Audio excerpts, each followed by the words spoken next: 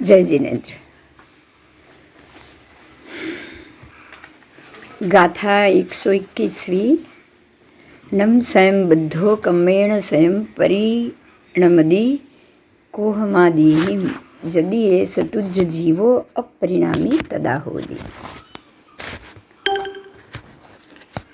अपरिणामन्तं स्वयं जीवे कोहादिहिं भावेहिं संसारस अभावो असज्जदे शंख समओ पुग्गलकमं कोहो जीवो परिणाम एदि कोहतं तम स्वयं परिणमन्तं कहन्तु नु परिणाम यदि कोहो।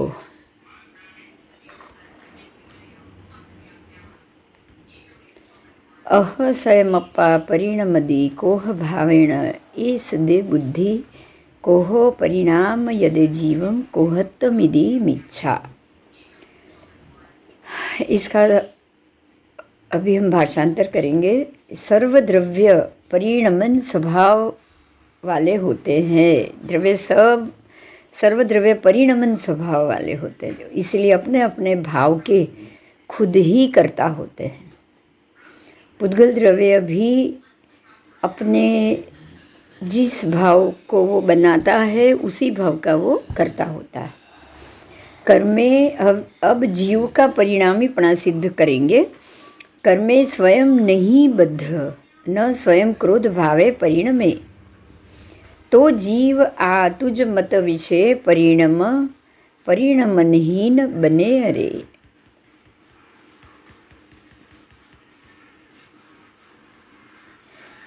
न स्वयं बद्ध कर्मणि न स्वयं परिणमते क्रोधादिभिः यद्येषः तव जीवो परिणामी तदा भवति।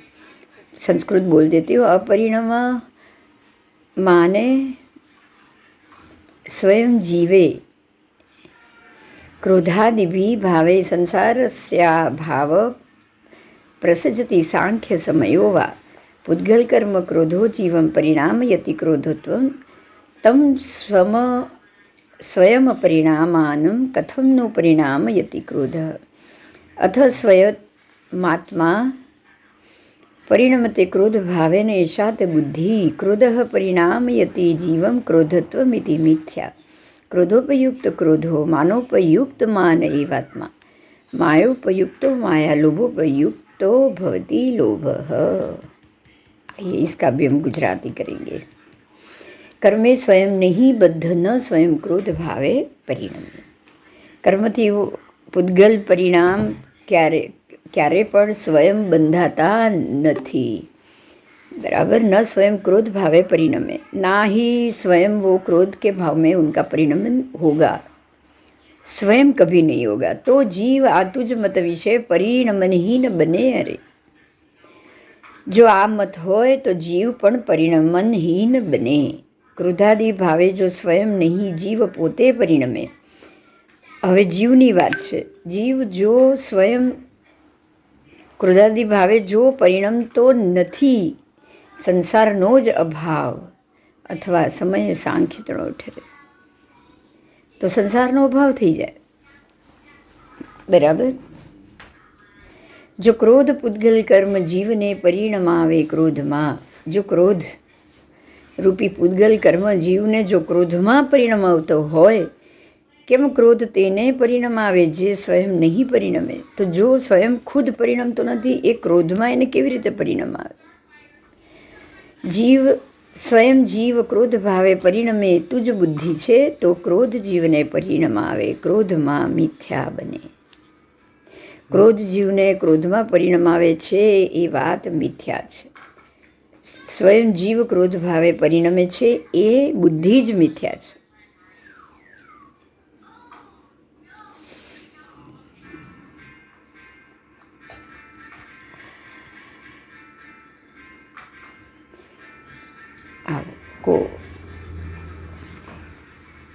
ક્રોધોપયોગી ક્રોધ જીવ માનોપયોગી માન છે। ક્રોધમાં ઉપયોગ હશે જીવનો તો ક્રોધ થશે, જીવનો માનમાં ઉપયોગ હશે તો માન થશે। માયોપયુક્ત માયા અને લોભોપયુક્ત લોભ જ બને. જો માયામાં ઉપયોગ હશે તો એ માયા કરશે, અને જો લોભમાં ઉપયોગ હશે તો એ लोभ करसे. सांख्य मत ना अनुयायी की बात यहाँ बताई गई है. उनके आचार्य कह रहे हैं कि हे भाई, ये जीव कर्म में स्वयं कभी नहीं बंधता और क्रोधादि भाव से वो स्वयं परिणमता नहीं है. ये सांख्य मत है, पर ये गलत, ये बिल्कुल गलत है. ऐसा जो आपका मत हो तो वो जीव अपरिणामी ठहर हो जाएगा. और जीव स्वयं क्रोधादि भाव को अगर नहीं परिणमेगा तो संसार का अभाव हो जाएगा. वही पुद्गल कर्म जे क्रोध ते जीव ने क्रोधपणे परिणम आवे, ऐसा अगर आप मानो तो स्वयं नहीं परिणमे ऐसे जीव को क्रोध कैसे परिणम आवेगा. यदि आत्मा अपने आप क्रोध भाव में परिणमे तो क्रोध जीव को क्रोध के रूप में परिणम आवे, ऐसा कहना भी मिथ्या है, क्योंकि क्रोध खुद क्रोध को परिणमन नहीं कराएगा. तो इस प्रकार से सांख्य भाव का ये मत गलत है, साबित हो रहा है. बराबर. और अब सिद्धांत की बात की है कि क्रोध में उपयोग, अगर जीव का उपयोग क्रोध में है, उसका उपयोग क्रोध के आकार में है, तो वो क्रोध के आकार क्रोधाकार में ही परिणमन होगा.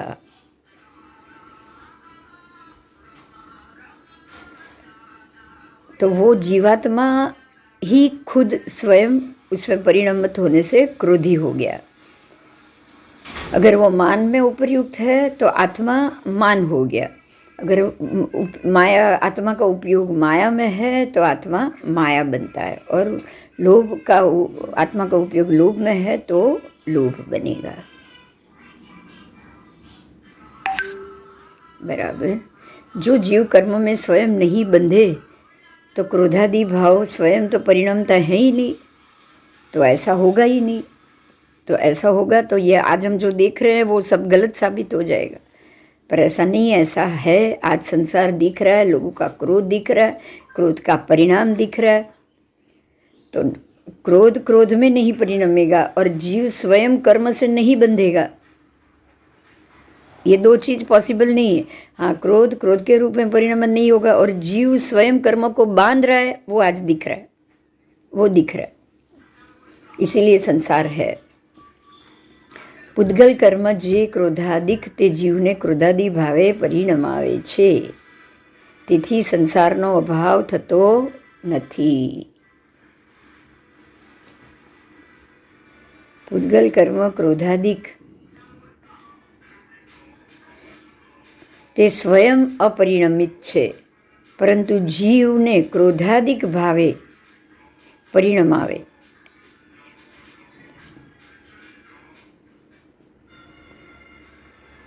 क्योंकि वस्तु में जो शक्ति स्वतः नहीं होती वो अन्य कोई नहीं कर सकता. स्वयं परिणमन, अगर आप स्वयं नहीं परिणमोगे तो अन्य कोई उसको परिणमन करने में सक्षम नहीं होता.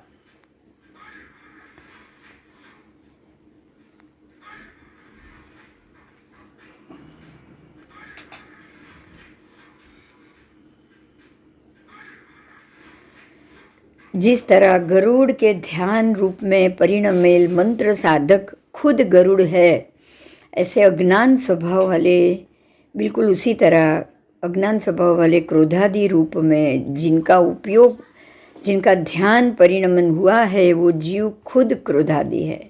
जीव का ध्यान क्रोध में है तो वो क्रोधी बनेगा. जीव का ध्यान मान में है तो वो मानी. जीव का ध्यान लोभ में है तो वो लोभी. और जीव का ध्यान माया में है तो वो माई बनेगा. इस तरह जीव का परिणाम स्वभाव सिद्ध हो रहा है. जीव परिणाम स्वभाव है. जब उसका उपयोग जो परिणाम में होगा, जो परिणाम जिस भाव में परिणमन होगा, उस भाव उसका परिणाम स्वभाव हो जाएगा. गाथा 126। जम कुणदी भाव मादा कत्ता सोहोदित सकमस अणाणिस सणाणमो अणाणमो अणाणिस यम करोति भावमात्मा कर्तास भवति तस्य कर्मणः ज्ञानिनः स ज्ञानमयो अज्ञानिनः। इस प्रकार जीव की स्वभावभूत परिणमन शक्ति निर्विघ्न सिद्ध हो गई, और ये सिद्ध होते ही जीव जो भाव को करता है, मतलब वो जो भाव करेगा, जो उसका स्वभाव होगा, जिसमें उसका उपयोग होगा, जिसमें उसका ध्यान होगा, ये चारों एक बात, भाव स्वभाव उपयोग और ध्यान चारों एक ही बात, तो जीव वही उसका वो करता होगा। जीवपण परिणामी छे, इसीलिए वो जो भाव में परिणमन होता है वो उस भाव का कर्ता होता है। जे भावने आत्मा करे कर्ता बने ते कर्मनो, ते ज्ञानमय छे ज्ञानीनो अज्ञानमय अज्ञानीनो। आत्मा जो भाव को करता है उस भाव का वो कर्ता, भावरूप कर्ता बनता है। यदि आत्मा ज्ञान का कर्ता बनता है तो वो ज्ञानी बनता है, और यदि आत्मा अज्ञानमय कर्ता करता है, अज्ञान का को कर्ता बनाता है, तो वो अज्ञानी बनता है।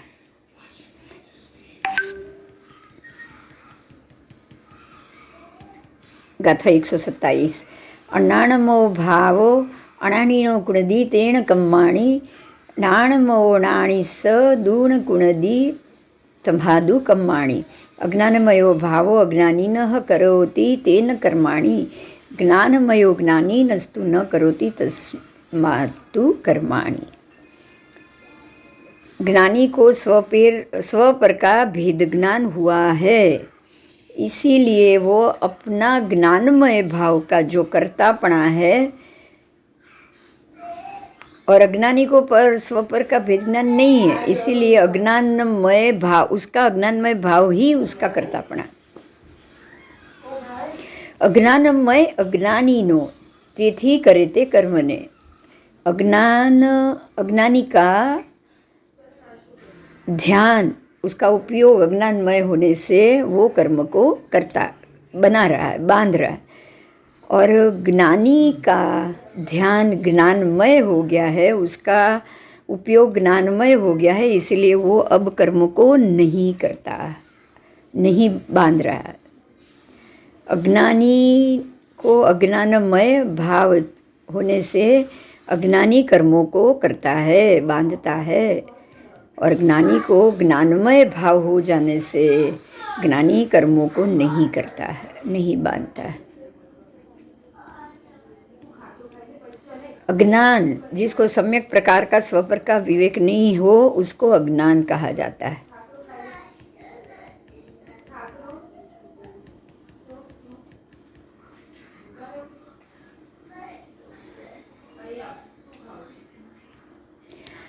आत्मा को क्रोधाधिक मोहनीय प्रकृति का उदय आने से, राग द्वेष आदि 28 मोहनीय कर्म की प्रकृति है, उसका उदय आने से वो अपने उपयोग में उसी मोहनीय कर्म प्रकृति का उदय रूप राग द्वेष मलिन स्वाद लेता है। अज्ञानी को स्व पर का भेद ज्ञान नहीं होने से वो ये मान लेता है कि ये राग द्वेष मलिन उपयोग ही मेरा है, मेरे लिए आया, ये मेरे पर गुस्सा है, लोग मेरे साथ इतना ऐसा बिहेव कर रहा है, बराबर, तो ये जो हो रहा है वही मैं हूँ। इस प्रकार से राग द्वेष में अहम बुद्धि, मन बुद्धि अहंकार, उसका मन भी राग द्वेष में है, उसकी बुद्धि भी राग द्वेष करती है, और उसका अहंकार भी स्व राग स्व द्वेष करके अज्ञानी अपने आप को स्वरागी स्वद्वेषी करता है, इसीलिए वो कर्म को बांधता है। इस प्रकार से अज्ञानमय भाव से ही कर्म बंध होता है। ज्ञानी को भेद ज्ञान होने से वो ये ऐसा सोचता है, वो ऐसा जानता है कि ज्ञान मात्र शुद्ध उपयोग है, मेरे ध्यान में मात्र शुद्ध उपयोग आना चाहिए, वो ही मेरा स्वरूप, वो ही मेरा ज्ञान ही मेरा स्वरूप, मैं वही हूँ। राग द्वेष वो कर्म का रस है, कर्म उदय से हुआ है, वो पर है, किसी दूसरे के कारण से मुझे कर्म में नहीं बंधना है, वो मेरा स्वरूप नहीं है। इस प्रकार राग द्वेष में अहम बुद्धि नहीं करके ज्ञानी अपने आप को रागी द्वेषी नहीं बनाता, मात्र वो ज्ञाता रहता है। इसीलिए वो कर्मों को नहीं करता। इस प्रकार ज्ञानमय भाव से कर्मबंध नहीं होता है। આપણે આનાથી બહુ ક્લિયર થઈ ગયું। ખાસ તો ભદ્રબાહુ સ્વામી બીજા વખતે આ દિગંબર પંથ અલગ થયો, પહેલા પણ નહીં।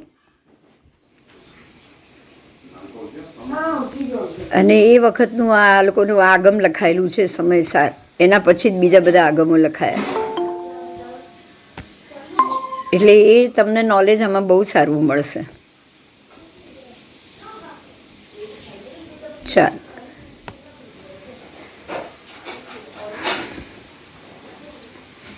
ज्ञानी को क्यों ज्ञान के ही भाव होते हैं, और ज्ञान के भाव होने से ही जीव ज्ञानी रह सकता है। अगर अज्ञान का भाव होगा तो जीव अज्ञानी हो जाएगा, क्योंकि ज्ञानमय भाव, देखिए यहाँ आपको एक शॉर्ट में बताती हूँ। भाव, इच्छा, उपयोग आ जीव आत्माનું લક્ષણ છે। આત્માનું આ ત્રણ વસ્તુ લક્ષણ છે, એનો ભાવ, એની ઈચ્છા અને એનો ઉપયોગ, ત્રણનો અર્થ એક જ થાય છે, બરાબર। જીવનો ભાવ શું હોય એનો અર્થ એ કે જીવની ઈચ્છા શું છે, અને આત્માના લક્ષણ જ ઉપયોગ છે। આપણે કરી ગયા ષડદ્રવ્યમાં, યાદ છે?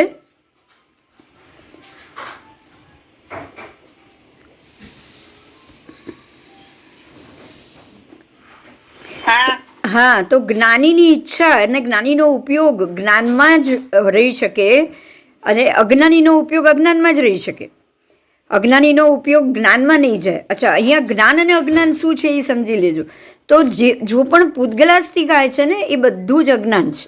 સંસાર છે એ બધું અજ્ઞાન છે, વર્ગણા છે એ બધું જ અજ્ઞાન છે। અને એની અંદર તમારો ઉપયોગ હોય તો તમારો ઉપયોગ, જીવનો ઉપયોગ અજ્ઞાન જ છે, નક્કી, બરાબર। તમને હું થોડું શોર્ટ કહી દઉં। બીજું, જો આત્મા દ્રવ્ય ભાવથી, દ્રવ્યથી, બે દ્રવ્ય કીધા ષડદ્રવ્યમાં, એક જીવ દ્રવ્ય, એક પૂતગલ દ્રવ્ય। તો જે જીવ દ્રવ્ય છે એ જ આત્મદ્રવ્ય, જે બિલકુલ શુદ્ધ છે, નિરંજન નિરાકાર છે, અને એનો ઉપયોગ માત્ર શુદ્ધમાં છે, એટલે એને શુદ્ધાત્મા કીધો। માત્ર શુદ્ધ ભાવમાં જ ઉપયોગ। શુદ્ધ ભાવ, દેખો, ઉપયોગ એટલે ઈચ્છા, ઉપયોગ હોય ને હોય, કોઈ પણ આત્માનો ઉપયોગ હોય જ। હવે આત્મા જો શુદ્ધ ભાવમાં પોતાનામાં જ ઉપયોગ રાખી શકે, અને એનો એમાં જ ઉપયોગ હોવો જોઈએ, તો જ એને જ્ઞાની અને જ્ઞાનમય કહેવાય। પણ જો આત્માનો ઉપયોગ સ્વમાંથી નીકળીને પરમાં, એટલે કે પૂતગલમાં થયો, તો પૂતગલ ટોટલ અજ્ઞાન છે। પૂતગલનો અર્થ જ પૂતગલાસ્તિકા એટલે અજ્ઞાન। ષડદ્રવ્યમાંથી બાકીના પાંચે દ્રવ્યો પંચાસ્તિકાય છે, અને એ બધું જ અજ્ઞાન છે। પંચાસ્તિકાય એ બધું જ અજ્ઞાન છે।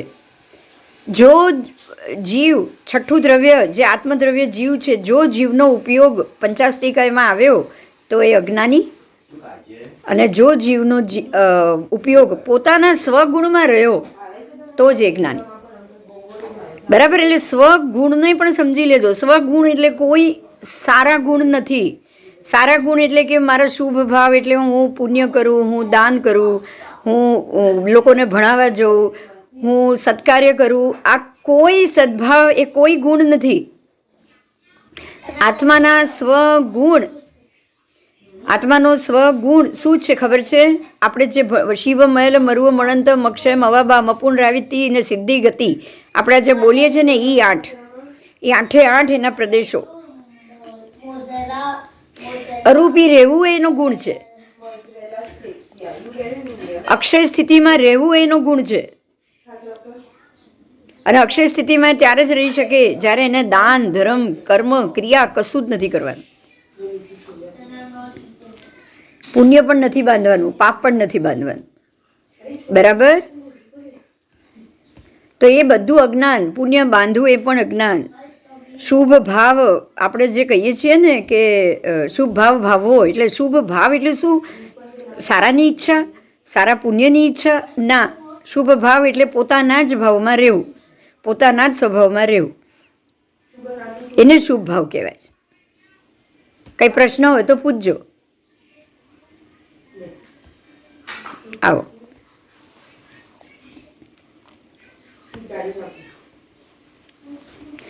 વળી જ્ઞાનમય કો ભાવમાંથી જ્ઞાન ભાવ જ ઉપજે, તે કારણે જ્ઞાની તણા સૌ ભાવ જ્ઞાનમયી ખરે. અજ્ઞાનમય કો ભાવથી અજ્ઞાન ભાવ જ ઉપજે,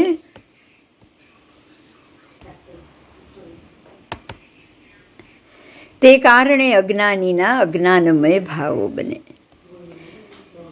ज्ञानमय भाव में से ज्ञानमय भाव ही उत्पन्न होता है, अज्ञानमय भाव में से अज्ञानमय भाव उत्पन्न होंगे.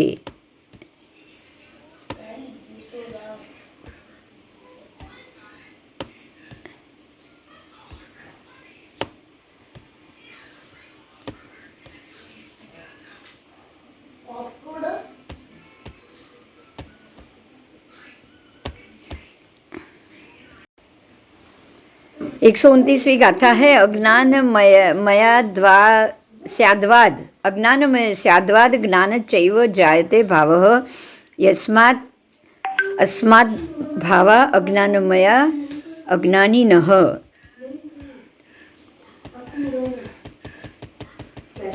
इसका अर्थ है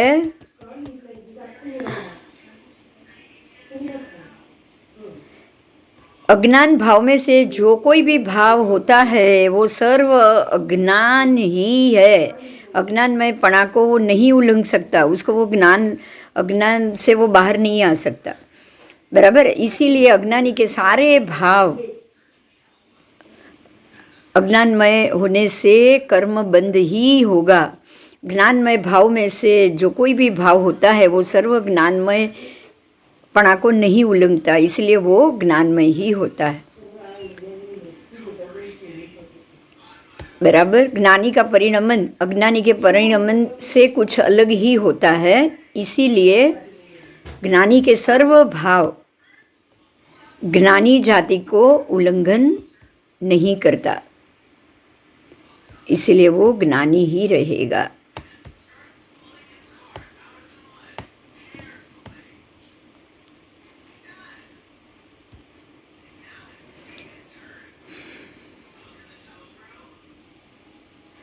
अज्ञान के सर्व भाव अज्ञान से निपजे हुए होते हैं, रचे हुए होते हैं, और ज्ञान से सर्व भाव ज्ञान से ही रचे हुए होते हैं.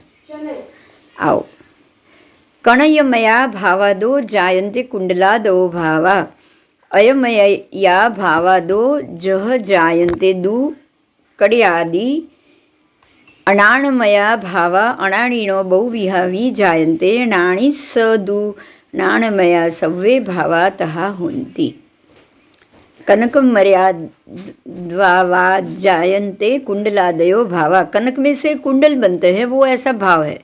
अयोमय काद्वा वाद्यध्या जायन्ते तु कटकादय, अज्ञानमया भावा अज्ञानिनो बहुधा अपि जायन्ते, ज्ञानिनस्तु ज्ञानमया सर्वे भावस्तया भवन्ति.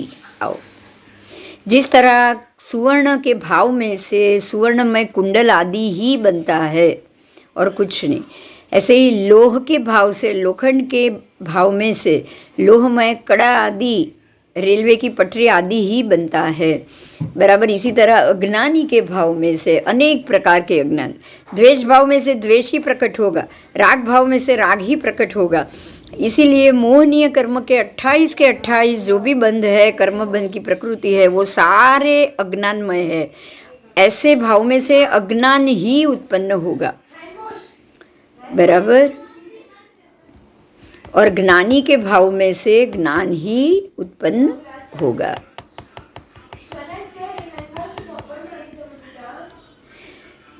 आओ.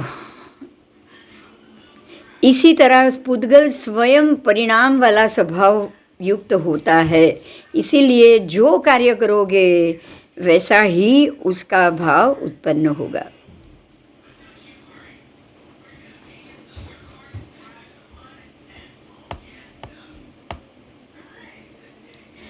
જેવું કારણ હોય તેવું જ કાર્ય થાય, बराबर। तो अज्ञानी को शुभ अशुभ भावों में आत्मबुद्धि होगी तो उसको सर्वभाव अज्ञानमय होगा, उसकी आत्मबुद्धि कहाँ है वो जरूरी, बराबर। तो मन, बुद्धि और अहंकार ये तीन ही है अज्ञान।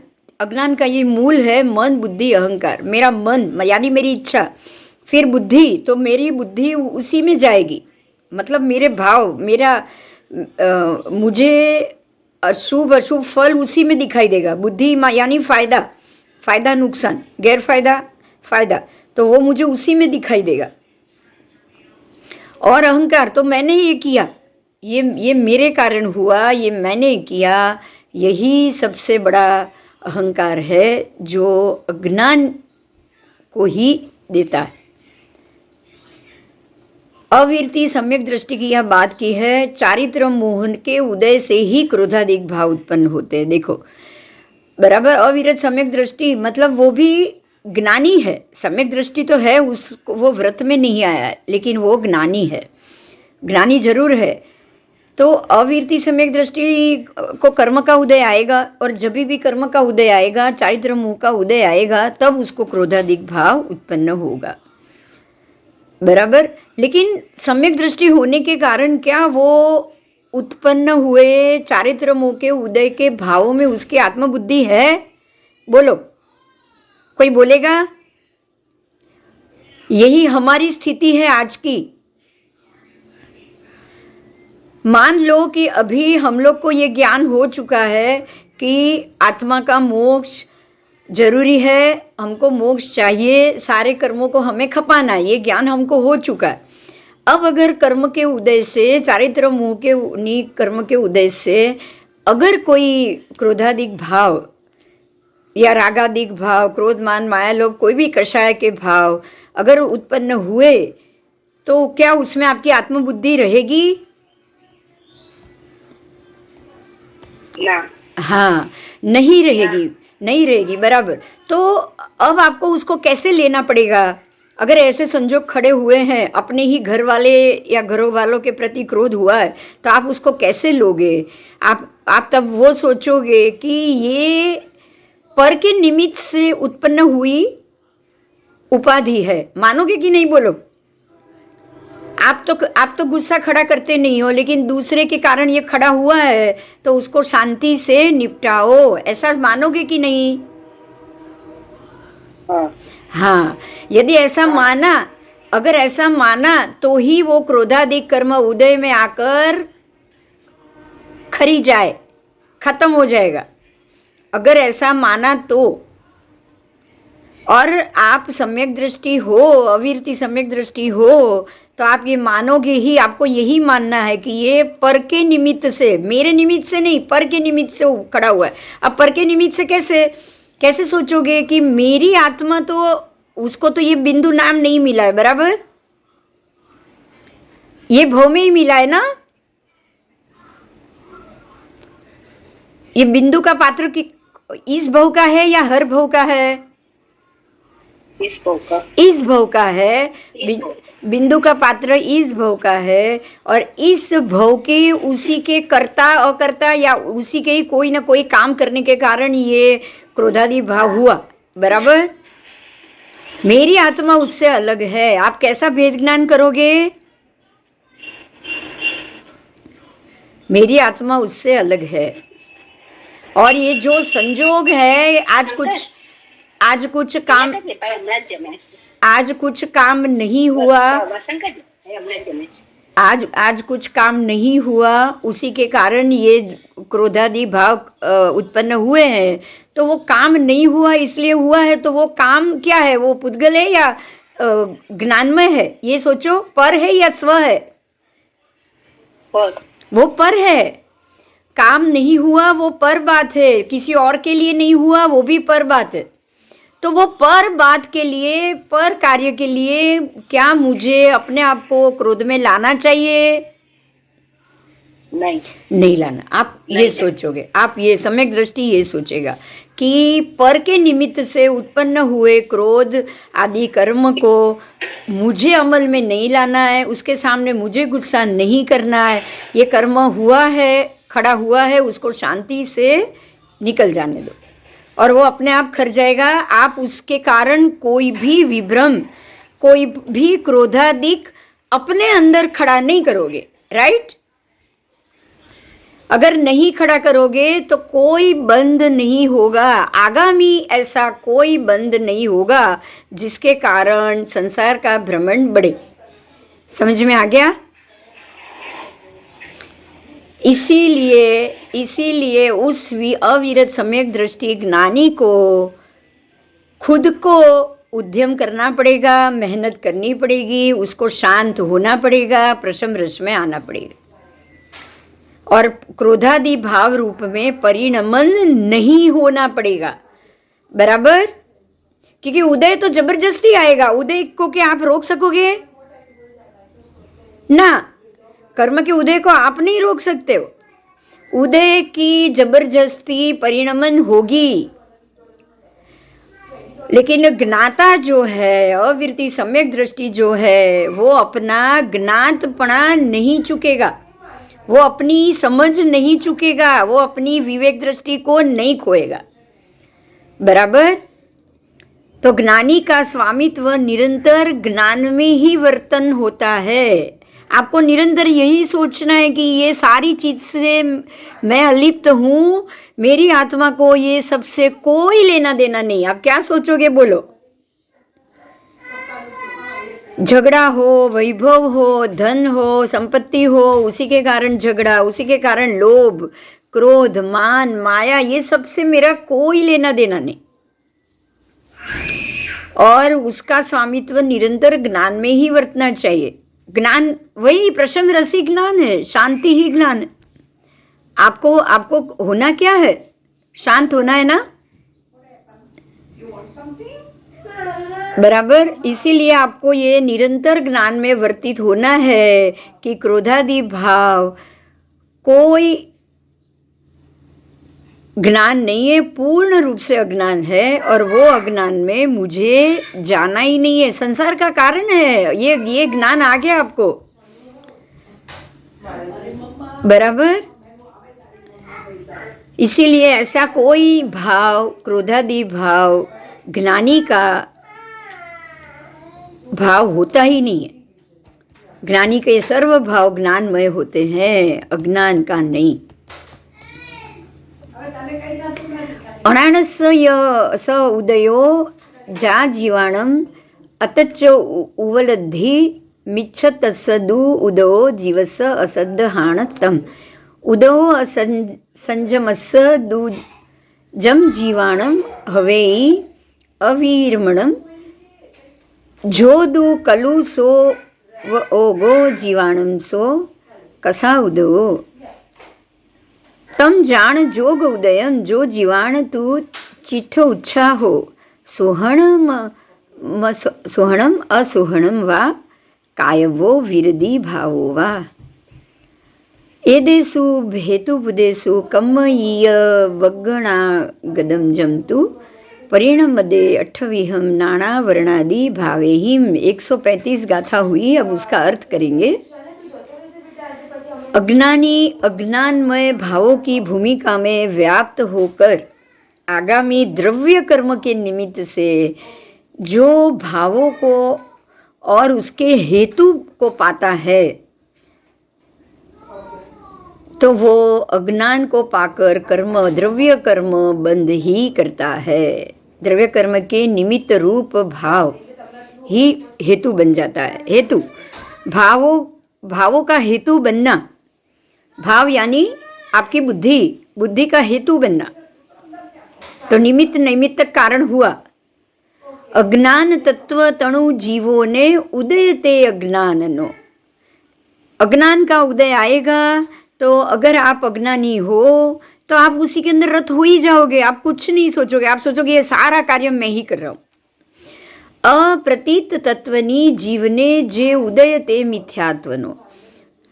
તત્વની અપ્રતીતિ હોવી, તત્વ શું છે તત્વ જાણવું જ નહીં અને એની અપ્રતીતિ, તો એ મિથ્યાત્વનો ઉદય હોય તો જ આવે. મિથ્યાત્વના ઉદય તત્વની અપ્રતીતિ લાવે જ છે. જીવને અવિરત ભાવ જે તે ઉદય અણસંયમ તણો. अविरती भाव जीव को असंयम लाएगा. आप अविरत भाव में छो, आप अविरत भाव में छो, आप अविरत भाव में छो तो अणसंयम आवे, અને જો વિરત ભાવમાં આવો તો સંયમ આવે. જીવને કલુષ ઉપયોગ જે તે ઉદય જાણ કષાયનો. જીવને જે પણ કલુષનો ઉપયોગ છે એ કષાયનો ઉદય હોય ત્યારે જીવને ક્લેશનો ઉપયોગ આવે છે. શુભ કે અશુભ પ્રવૃત્તિ કે નિવૃત્તિની ચેષ્ટા તણો ઉત્સાહ વર્તે જીવને તે ઉદય જાણતું યોગનો. હવે યોગની વાત આવી. મનોયોગ, વચન યોગ, કાય યોગ. 3 પ્રકારનો યોગ અને યોગથી ઉત્પન્ન થતા 15 પ્રકારના ઉપયોગ. જ્યાં સુધી જીવ ઉપયોગમાં છે ત્યાં સુધી શુભ અથવા અશુભ પ્રવૃત્તિ એ કર્યા જ કરશે. બરાબર? ક્યાં તો શુભ પ્રવૃત્તિ કરશે, ક્યાં તો એ અશુભ પ્રવૃત્તિ કરશે, અથવા તો એ નિવૃત્ત થશે. કશું જ ન કરવું એ નિવૃત્તિ છે. આ હેતુભૂત જ્યાં થાય ત્યાં કાર્મણ વર્ગણા રૂપ જે તે અષ્ટવિધ જ્ઞાનાવરણ ઇત્યાદિ ભાવે પરિણમે. જ્યારે આ હેતુભૂત બને છે ત્યાં કાર્મણ વર્ગણા બંધાય છે. બરાબર? જો શુભ પ્રવૃત્તિ હોય કે અશુભ પ્રવૃત્તિ હોય, આ હેતુ બને, શુભ હેતુ અથવા અશુભ હેતુ. ફળ છે, હેતુ એ ફળ છે. શુભ ફળ મળે કે અશુભ ફળ મળે, અશુભ પ્રવૃત્તિ કરો તો શુભ ફળ, અશુભ પ્રવૃત્તિ કરો તો અશુભ ફળ, પણ બંને ફળ હેતુભૂત થઈ ગયા એટલે કાર્મણ વર્ગણા બંધાઈ ગઈ. તે અષ્ટવિધ જ્ઞાનાવરણ ઇત્યાદિ ભાવે પરિણમે. અને હવે એ 8 પ્રકારના જ્ઞાનાવરણ આદિ ભાવને પરિણમન કરશે. 2 મિનિટ ચાલુ રાખજો. અજ્ઞાન તત્વ. હા, આ હેતુભૂત જ્યાં થાય ત્યાં કાર્મણ વર્ગણા રૂપ જે. જ્યારે પણ આ હેતુ બનશે, હેતુભૂત, અશુભ પ્રવૃત્તિ શુભ હેતુ પ્રાપ્ત થવો, અશુભ પ્રવૃત્તિનો અશુભ હેતુ પ્રાપ્ત થવો, જ્યારે પણ આ હેતુ પ્રાપ્ત થાય ત્યારે ત્યાં કાર્મણ વર્ગણા બંધાય ને બંધાય. અને એ કાર્મણ વર્ગણા કઈ બંધાય તો તે અષ્ટવિધ જ્ઞાનાવરણ ઇત્યાદિ ભાવે પરિણમે. યાની કે જ્ઞાનાવરણ, દર્શનાવરણ આદિ 8 કાર્મણ વર્ગણા 8 ભાવ રૂપે એનું પરિણમન થશે. 8 જ કેમ? કારણ કે આત્માના 8 જ ઉઘાડ પ્રદેશ છે. આત્માનો જે અષ્ટ ઉઘાડ પ્રદેશ છે એ 8 પ્રદેશને ઢાંકનારી જ કાર્મણ વર્ગણા બને. અને એ એટલે કાર્મણ વર્ગણા પણ 8 જ બને અને આત્માના શુભ જે 8 પ્રદેશ છે એ પણ 8 જ છે. એટલે 8 ને ઢાંકવા માટે 8 કાર્મણ વર્ગણા બને છે. એ રીતે આત્મા ઉપર કર્મ લેપાય છે. अब इसका संस्कृत भी कर लेंगे हम. तम खलु जीवनी बद्धम कम्मय्य वगणा गदम जय्या तय्या दुहोदी हेदु जीवो परिणाम भावाणम. કાર્મણ વર્ગના રૂપ તે જ્યાં જીવ નિબદ્ધ બને ખરે આત્માય જીવ પરિણામ ભાવોનો સદા હેતુ બને. હવે આ કાર્મણ વર્ગણાની વાત છે. એ કાર્મણ વર્ગણા તે જ્યાં જીવ નિબદ્ધ બને ખરે, જીવની સાથે નિબદ્ધ બંધાઈ ગઈ, આત્માય જીવ પરિણામ ભાવોનો તદા હેતુ બને. તો હવે જીવ પરિણામ, જો જીવ પરિણામના જે ભાવ છે એનો ફળ આત્માને મળે. કોને મળશે? જે પણ એવા જીવના પરિણામો થયા, તમે જે જે કર્મો બાંધ્યા છે એનું ફળ કોણ ભોગવશે? હવે આત્મા. અને સમજો કેવી રીતે. જીવોને જે તત્વનું અજ્ઞાન એટલે કે વસ્તુ સ્વરૂપ અયથાર્થ વિપરીત જ્ઞાન છે, તત્વનું જે અજ્ઞાન શું છે એ અયથાર્થ વિપરીત જ્ઞાન, वस्तु स्वरूपों अयथार्थ विपरीत ज्ञान, उस ज्ञान का जब उदय होता है और जीव को उस तत्व का अश्रद्धान होता है, उसको मिथ्यात्व का उदय का है। देखिए मिथ्यात्व सूच तो कि जो वस्तु स्वरूप जो अयथार्थ यानी कि विपरीत ज्ञान यानी शू, तो ये संसार का सर्व कारण ये सब करने वाला मैं हूँ। आत्मा ये सोच ले, आज बिंदु ये सोच ले कि ये पूरा घर संसार उसका जो ये भव है वो सारा करने वाली बिंदु है। अगर मैंने ये सोच लिया तो ये मेरी आत्मा का ये मिथ्यात्व हुआ। बराबर, यही सारे ये भाव मेरे हैं, क्रोधादि भाव मेरे हैं, ये सब करने वाली मैं हूँ, ये मेरा अज्ञान है, ये मेरा अज्ञान है। आत्मा को मैं खुद हेतुभूत मान लूँ, ये सब करने वाली मैं ही हूँ। हकीकत क्या है, अब इसमें ज्ञान क्या हुआ, तो ये सारा निमित्त कर्म के निमित्त से खड़ा हुआ है। मेरी आत्मा इतने भवों से, भव परंपरा से जो कर्म चढ़ा रही है, उस कर्म के निमित्त से मेरे आसपास की सारी घटना हो रही है और उस कर्म के अंदर इन्वॉल्व होने के कारण ये सारा कर्मबंध मेरे पे चढ़ रहा है और मुझे ये सारे कर्मबंध से अलिप्त होकर मेरी जो मूल स्वभाव है उसके अंदर ले जाकर मुझे स्थित होना है। अगर आपने ये ज्ञान ले लिया तो ये हुआ सम्यक ज्ञान। तो विपरीत मिथ्यात्व में मैं खड़ी हूँ, लेकिन मुझे ऐसा ज्ञान हुआ तो मैंने सम्यक ज्ञान में पदार्पण किया। अब मुझे संपूर्ण सम्यक ज्ञानी बनना हो, क्षायिक सम्यकत्व बनना हो, तो प्रत्येक भव में जो जो जो जो कर्म के उदय से जो जो कर्म सामने आए उन सबको मुझे एक के बाद तोड़ते जाना है। बराबर, और वो मुझे ऐसे तोड़ना है कि ये ज्ञान का आधार लेकर, किस ज्ञान का आधार लेकर, मैं इस ज्ञान का आधार लेकर तोड़ूं कि ये जो भी उदय काल मेरे सामने निमित्त के रूप में खड़ा हुआ है, ये कुछ भी मेरी आत्मा से संबंधित नहीं, क्योंकि ये सारे पुद्गल कर्म भी पुद्गल है। बराबर, ये भव भी पुद्गल है, संसारी जीव भी पुद्गल है, और जो भी वस्तुएं उदय के कारण जो भी वस्तुएं खड़ी हुई है वो सब भी पुद्गल। तो ये पुद्गलमय संसार के सारे भाव पुद्गल है।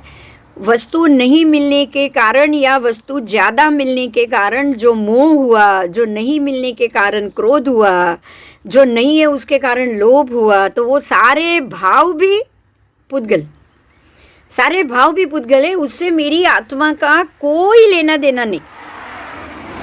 और ये सारे भाव, ये सारे वस्तुएं मेरे सामने आकर मुझे नए नए कर्म बंध में बांधती जा रही है। ये अगर आप समझ लो तो आप ये समझो कि आपने मिथ्यात्व के उदय को टाला। बराबर, बराबर समझ में આવ્યું?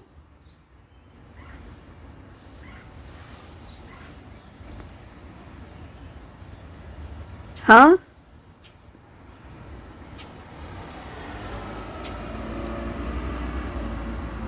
वस्तु स्वरूप का ज्ञान, वस्तु स्वरूप अयथार्थ है, विपरीत है, मिथ्यात्व है, वो आज है कल नहीं रहेगी, ये ज्ञान ही सम्यक ज्ञान।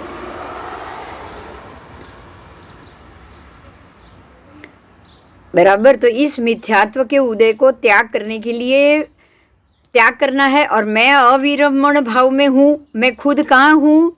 आत्मा कहाँ है मेरा? मैं मतलब आत्मा, मेरा आत्मा अभी भी अविरमण अत्याग भाव में है। बराबर, अभी अविरमण भाव में ही है। अभी हम अवीरती सम्यक दृष्टि है।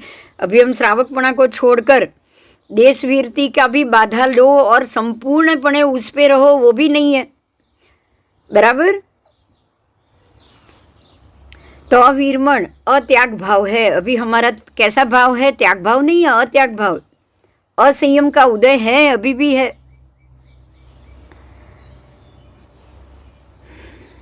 तो अभी हमारा उपयोग कहाँ है?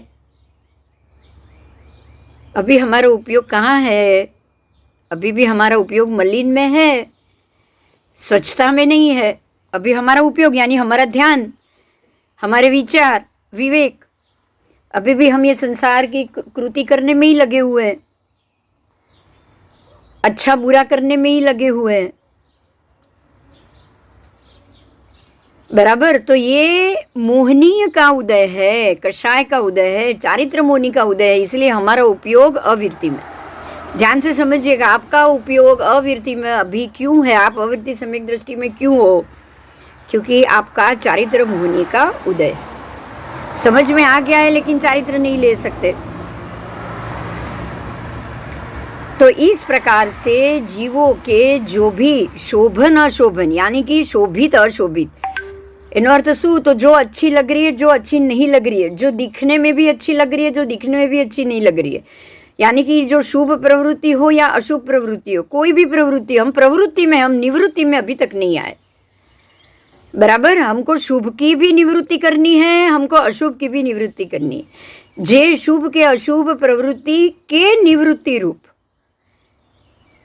बराबर, जो भी हमारी ये क्रिया की चेष्टा का जो हमारे अंदर उत्साह है, वो सारा मन वचन काया को आश्रय करके है। आज हम सारी चीज मन वचन काया को ही आश्रित करके बैठे हुए हैं। हमारे मनो उपयोग, वचन उपयोग, काय उपयोग, 4 मनोयोग, 4 वचन योग और 7 काय योग, 15 के 15 उपयोग में हम आज स्थित है।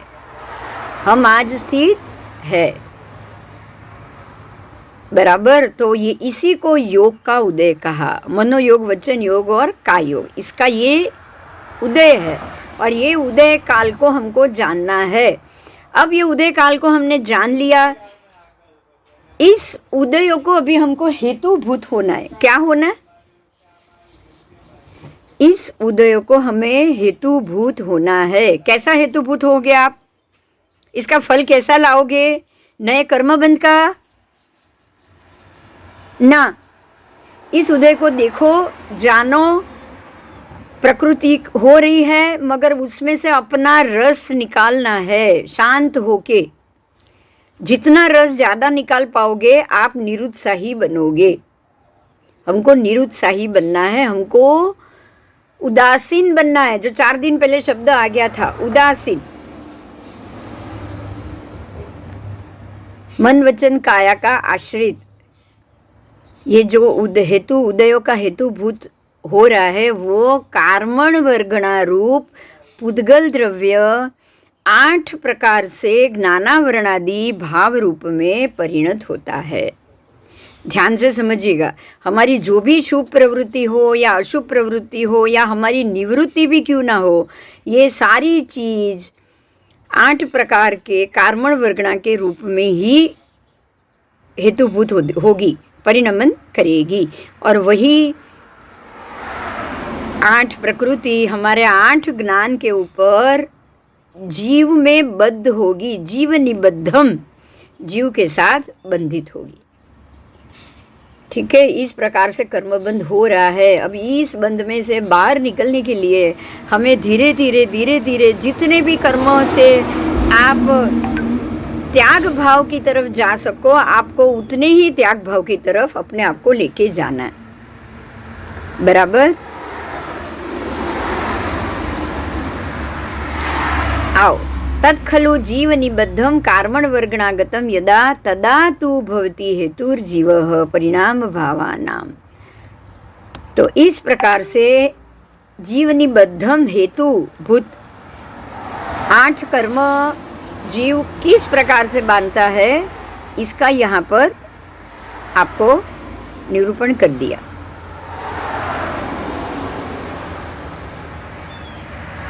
तत्व के अज्ञान से वस्तु स्वरूप की उपलब्धि, अज्ञान का उदय कैसे होता है, अज्ञान का जब उदय होगा तब क्या क्या मिलेगा? तो मिथ्यात्व, असंयम, बराबर, मिथ्यात्व, अविरति, प्रमाद, कषाय और योग, ये पांचों मिलेगा। मिथ्यात्व, अविरति, प्रमाद, कषाय और योग, इनके उदय से नए नए कर्म के बंध होंगे, नए नए 8 प्रकार के कर्म आपको बनते जाएंगे। अविरति सम्यक दृष्टि हो तो ये बंधेगा। आप फिर देश वृत्ति में आए, फिर सर्व वृत्ति में आओगे, 7वें गुण स्थान तक साधु भगवान पहुंचेंगे, उसके बाद ही आपको ये कर्म बंध कम होगा। क्योंकि अविरति में अगर आप अज्ञान का उदय लेकर आ रहे हैं, पर विरति में तो आपको ज्ञान का उदय होगा ना, ज्ञान का बंध होगा। अविरमणपणे ज्ञान में जो भी स्वाद मिलता है वो संयम का मात्र स्वाद मिलता है, सम्यकत्व का मात्र स्वाद मिला। अभी आप स्वाद ही, आप ऐसा समझ लेना, भाव अगर संयम के हो रहे हैं तो आप मात्र उसके स्वाद में हो। आपकी इच्छा हुई है कि नहीं, मुझे ये भव के अंत में तो संयम चाहिए ही चाहिए, मैं ये अपने ये वेश में मरना नहीं चाहती, ऐसे भाव होने बहुत जरूरी है, बहुत जरूरी है। यही आपका अविरति भाव है। अगर अविरति भाव है आपके अंदर, चारित्र मोहनीय का उदय होने से आप संयम नहीं ले पा रहे हो, मगर संयम के मूल भाव तो होने चाहिए कि नहीं? बोलो।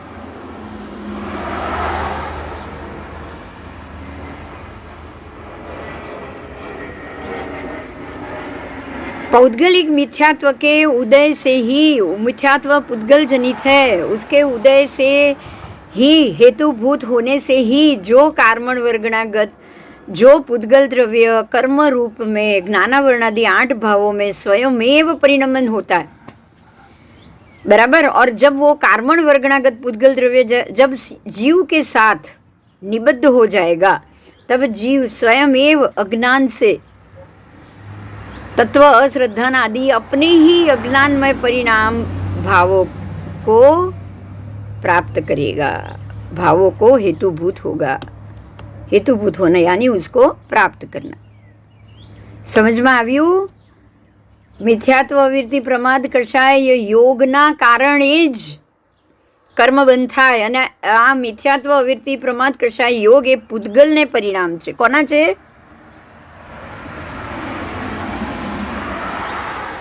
ये पुद्गल के परिणाम है। और उसका स्वाद जब आपकी इच्छा में वही होगा, ये पांचों होगा, तो उसका स्वाद आपको अतत्व श्रद्धा, अश्रद्धा में ही लेके जाएगा, अतत्व की श्रद्धा में ही लेके जाएगा वो।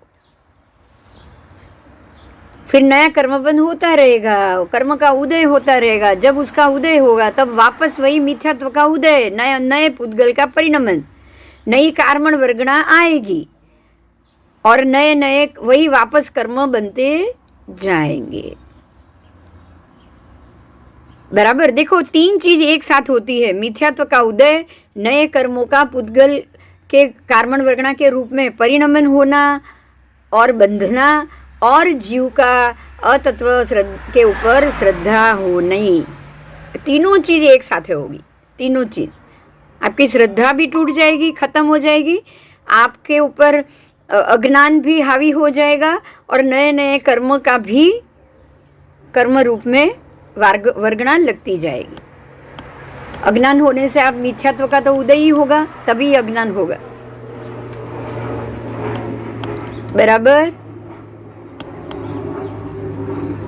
आओ।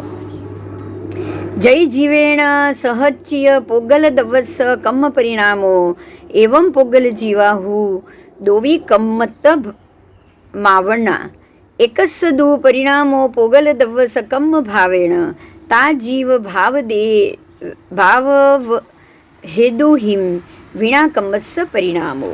यदि जीवेन सह चैव पुद्गल द्रव्यस्य कर्म परिणाम एवं पुद्गल जीवो खलु द्वावपि कर्मत्वमापन्नौ एकस्य तु परिणामः पुद्गल द्रव्यस्य कर्म भावेन तज्जीव भाव हेतुर्भेविना कर्मणः परिणाम।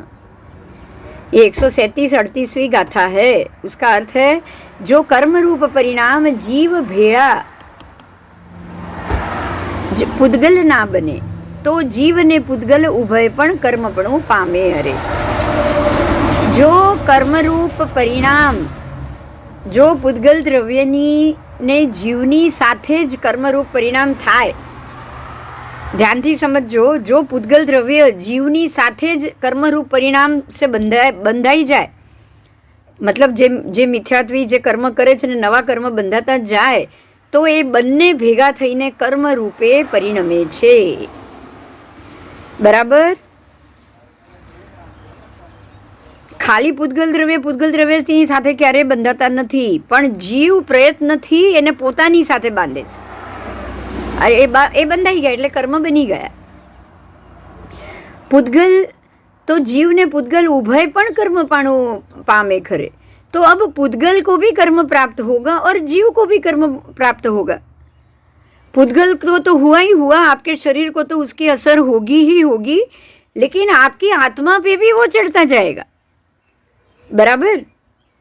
तो कर्म रूप परिणाम जीव के साथ साथ पूदगल को भी लगता है. वो पूदगल को ही लगता है, इसीलिए वो आत्मा को लगता है. પણ કર્મ ભાવે પરિણમન છે એક પૂદગલ દ્રવ્યને. કર્મ ભાવે પરિણમે છે એક પૂદગલ દ્રવ્યને. કર્મ ભાવનો પરિણામ તો માત્ર પૂદગલ દ્રવ્યને જ થાય છે. જો હવે સમજવાનું શું છે, તમે એ હેતુથી કર્મ કર્યું, વિચાર્યું, એટલે કાર્મણ વર્ગણાને તમે ખેંચી એટલે એ તમારા ઉપર લાગી, પણ એ આત્મા પર નથી લાગી, એ પૂદગલ દ્રવ્ય સાથે સંજોવાઈ છે. એ જોડાઈ કોની જોડે? પૂદગલ દ્રવ્ય સાથે.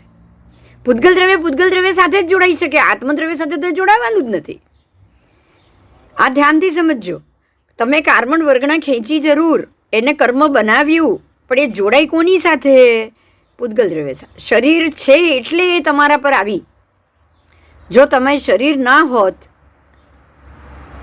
સિદ્ધાર્થમાંને નહીં લાગે, કારણ કે એમને શરીર નથી, એમનામાં પૂદગલાસ્તિકાય નથી, એટલે એને તમારું પૂદગલાસ્તિકાય છે તમારી સાથે, એટલે એ તમને લાગે છે. કારણ કે કાર્બન વર્ગના તો પૂદગલાસ્તિકાય જ છે, અને પૂદગલાસ્તિકાય સાથે જ ચોંટે છે.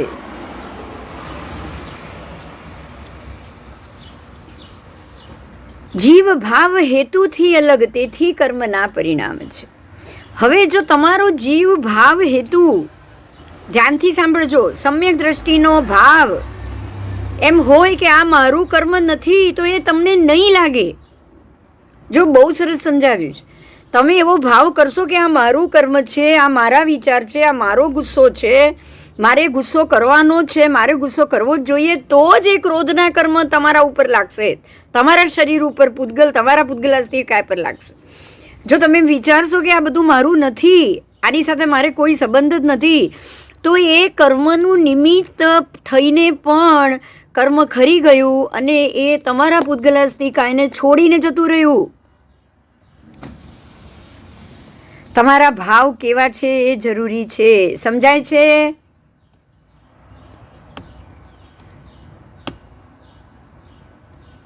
સમજાયું? બહુ ઇમ્પોર્ટન્ટ મુદ્દો છે આ.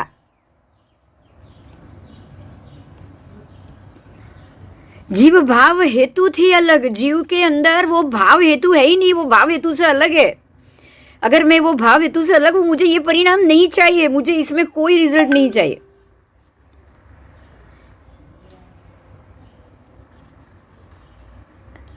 બરાબર? જીવ ભાવ રૂપ નિમિત્તથી રહિત હોય તો એનું પરિણામ જ જુદું આવે છે. એનું પરિણામ કર્મબંધ આવતું નથી.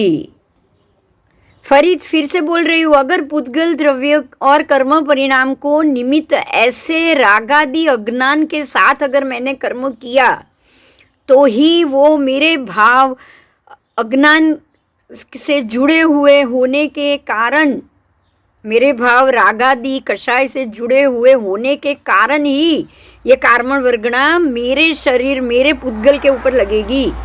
अगर मेरे अंदर वो भाव नहीं होंगे, अगर मैं ये सोचूंगी कि ये इसमें क्रोधादि मुझे कुछ नहीं चाहिए, मुझे कोई क्रोधादि नहीं करना है, मुझे कोई मोहनीय कर्म नहीं बांधना है, अगर मैं ये सोचूं, तो वो पूतगल द्रव्य की कार्बन वर्गना मुझे छुएगी भी नहीं, छुएगी तुरंत निकल जाएगी, तुरंत वो कर्म होने के बावजूद खर जाएंगे वो लोग। आप તમને ખબર હશે સંજવલન ક્ષેત્રે પહોંચેલા યોગી 11માં 12માં ગુણ સ્થાનક પછી संजवलन कषायનો लोभ થઈ જાય, બધા જ कषाय संजवलन हो जाते हैं। खाना भी खाया तो शाम को अभी खाया और 10 मिनट के अंदर ईरिया वही कर्म खत्म, बराबर। और जरूरी नहीं 11वें गुण स्थान में श्रावक भी रहेंगे, हो सकते हैं। आप श्रावकपणा में भी ये भाव ला सकते हो, क्योंकि भरत केवली जैसे कितने सारे केवली श्रावकपणा में केवली हुए, श्रावकपणा में वो 13वें गुण स्थान तक पहुंच गए। तो आपको ये नहीं समझना है कि उनको भी चारित्र मोहनी का उदय था, चारित्र मोहनी का क्षय उनको केवल ज्ञान होने के पहले पहले ही हुआ है, बराबर। तो श्रावकपणा में भी ये निमित्त आ सकता है, आप निमित्त से रहित श्रावकपणा में भी हो सकते हो, भाव हेतु के निमित्त से रहित। अब भाव हेतु समझ में आ गया? भाव हेतु यानी मेरी इच्छा और उसका परिणाम।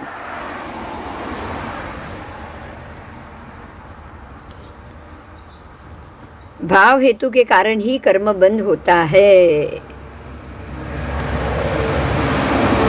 आओ, जीवस्सदु कम्मेण य सह परिणामा हूँ होन्ति रागादि एवं जीवो कम्मम च दोवी रागादि मावना एकस्सदु परिणामो जायदि जीवस्स रागमादिहिम ता कम्मोदय हेदुहिम वीणा जीवस्स परिणामो जीवस्य तु कर्मणा च सह परिणामा खलु भवन्ति रागादयः एवं जीवः कर्म च द्वे अपि रागादि त्वम् आपन्ने। जो पुद्गल द्रव्य और जीव इकट्ठे होकर कर्म रूप में परिणमन होते हैं,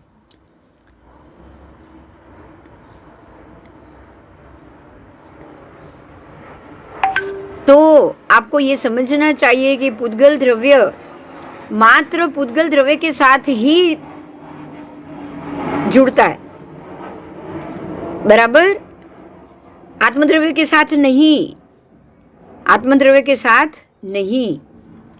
आपको ये जरूर समझना है, पुद्गल द्रव्य आत्मद्रव्य के साथ जुड़ ही नहीं सकता, जुड़ नहीं सकता, उसके ऊपर लग सकता है, लेपित हो सकता है। अगर मेरा आत्मद्रव्य पुद्गल द्रव्य के अंदर नहीं होता ना, तो कर्म मेरे तक आता ही नहीं, वो कर्म मेरे तक पहुंचता ही नहीं, बराबर। जीव कर्म रूप में कभी भी परिणमन नहीं हो सकता, मतलब जीव आत्मा कभी भी कर्म रूप में आत्मद्रव्य कभी भी पुद्गल द्रव्य के साथ जुड़ नहीं सकता, कभी भी पुद्गल द्रव्य में परिणमित हो नहीं सकता,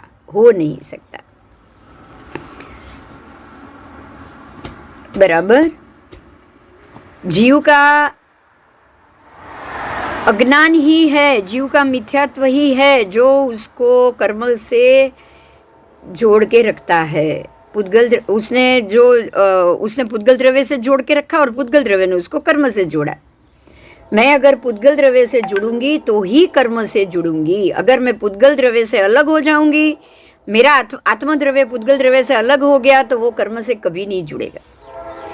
जीवना कर्म भेड़ा जो परिणाम रागादिक बने, तो कर्म ने जीव उभय पण रागादिक पणु पामे। अरे पण परिणमन रागादि रूप तो थाय छे जीव एक ने, तेथी ज कर्मोदय निमित्त थी अलग जीव परिणाम छे।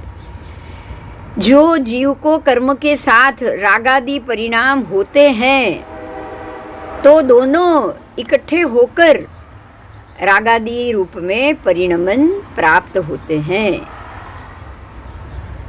बराबर। जीव और कर्म दोनों रागादि को पामेंगे।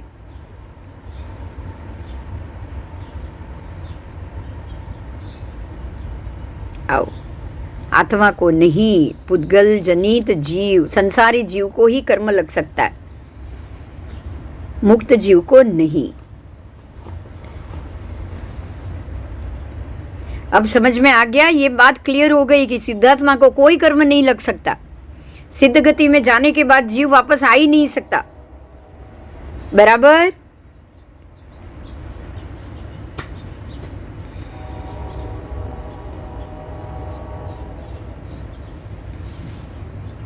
इसके लिए यहाँ एक एग्जाम्पल दिया है, फटकड़ी और हल्दी दोनों इकट्ठे होंगे तो ही लाल रंग होगा। अकेली फटकड़ी लाल रंग कर सकती है? अकेली हल्दी भी लाल रंग कर सकती है? बोलो ना। तो फटकड़ी हल्दी जैसे इकट्ठी हुई, फटकड़ी बिल्कुल श्वेत है, स्फटिक है। अब ऐसे ही देखिए, स्फटिक यानी कि ऐसा। अब इसके पीछे आओ, अगर मैं ये ग्रीन रखूंगी तो ग्रीन दिख रहा है, ग्रीन हटा दूं तो स्फटिक निर्मल। तो आत्मा, आत्मद्रव्य ऐसा है और ये पुद्गल द्रव्य है। ये आत्मद्रव्य है, ये पुद्गल द्रव्य, बराबर। तो आत्मद्रव्य स्फटिक जैसा निर्मल, पुद्गल द्रव्य सर्ववर्ण मिश्रित। तो आत्मा द्रव्य के साथ पुद्गल द्रव्य इस प्रकार से लग सकता है, चिपकता है, इस तरह से लग सकता है। अगर आपने अपने कर्म से पुद्गल द्रव्य कर्म करना बंद कर दिए, इसको हटा दिया, तो वापस आत्मा स्फटिक जैसा निर्मल हो जाएगा। तो ये ज्ञान है, ये अज्ञान, सिर्फ ये अज्ञान है और ये ज्ञान। अज्ञान के परिणाम, अगर आत्मद्रव्य अज्ञान के परिणाम को प्राप्त करेगा, आप सोचो, आप दिमाग से, आप अपनी बुद्धि से, आप मन की इच्छा से इसको लेने के लिए सोचो। आप सोचो कि ये मेरे पास आए तो क्या होगा, बोलो। समझाए छे? बहुत क्लियर? ये सारे अज्ञान की जड़ है, सारे के सारे मोहनीय कर्म, 28 मोहनीय कर्म इसके अंदर। अगर आप इसको प्राप्त करो, आप, ये आत्मद्रव्य हमेशा उपयोग में रहता है। देखिए, ये आत्मद्रव्य है लेकिन उसको हमेशा उपयोग चाहिए। उसका उपयोग सिर्फ ये आत्मद्रव्य है, लेकिन वो क्या करेगा, इसको छोड़ के इसको पकड़ेगा। संसारी जीव है, कर्म से पहले से आत्मद्रव्य क्लीन नहीं होता है। पहले से आप सिद्धात्मा नहीं होते हो, पहले से आपका आत्मद्रव्य इसे लेपित ही होता है। तो जब से लेपित, पहले से ही निगोद से बाहर निकले, हमने हर चीज को आकर्षित किया, ऐसी चीजों ने हमको आकर्षित किया, और हम कर्म बांधते गए, बांधते गए, बांधते गए, बांधते गए, लेपते गए, लेपते गए, लेपते गए। फिर धीरे धीरे समझ आई और हम सबसे छूटते गए, छूटते गए, छूटते गए। अब ये धीरे धीरे धीरे धीरे इसको हमने त्याग कर दिया। अब इसको जब हमने त्याग कर दिया, तो अब हमारा उपयोग इसमें से निकलकर इसमें टिका। आपको सम्यक दर्शन हो गया, मतलब अब आप दृष्टि भाव से इसको अलग देख रहे हो, इसको अलग देख रहे हो, बराबर। आज आप अलग देख रहे हो, मुझे जवाब मिलेगा आप लोगों से। आप अपने आप इसको अलग देख सकते हो, मान सकते हो। दोनों द्रव्य अलग है, બે દ્રવ્ય એકબીજામાં ભળે જ નહીં ને। बस। तो दोनों अलग है तो इतना मान सकते हो ना कि दोनों अलग है।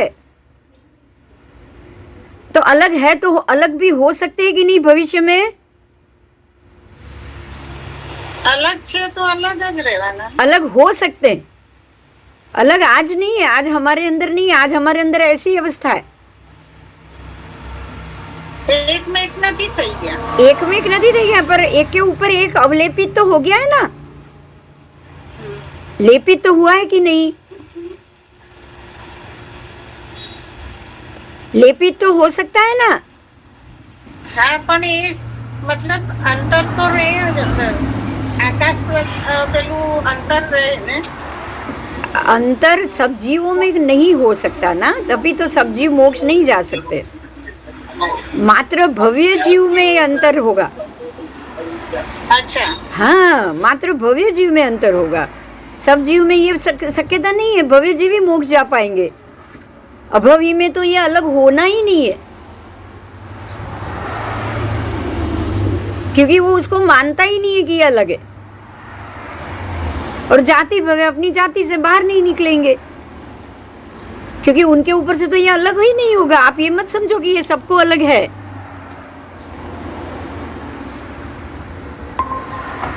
बराबर। हाँ, आप ये मत समझो कि ये सबको अलग है। जो ये सोचेगा कि ये अलग है, मैं इसको अलग कर सकता हूं, वो ही कर पाएगा।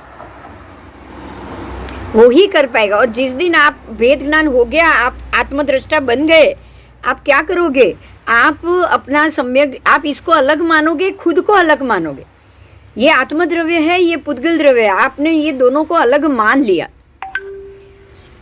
समझिए, मैं एक जीव हूं, मैं समझती हूँ ये मेरा आत्मद्रव्य अलग है और ये मेरा शरीर पुद्गल द्रव्य अलग है।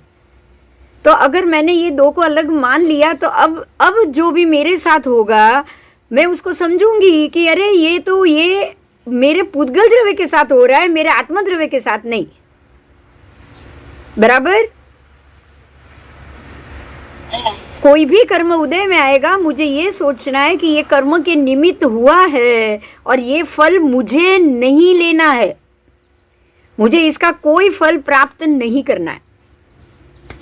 तभी आप इससे छूट पाओगे, क्योंकि मेरी सोच, मेरा उपयोग ही इसको मेरे साथ जुड़ा रख रहा है। देखो, आत्मद्रव्य की सोच, आत्मद्रव्य का उपयोग, आत्मद्रव्य सोचेगा कि ये मेरा है, ये मुझे चाहिए, तो उसको तुरंत मिल जाएगा। समझ में आ रहा है? आत्मद्रव्य की सोच, जीव की सोच ये मानेगी कि ये मेरा है, तो वो उसके अंदर जुड़ गया। अगर ये माने कि ये मेरा नहीं है, मुझे नहीं चाहिए, तो ही वो उसको बाहर निकाल पाएगा, नहीं तो नहीं। समझायू?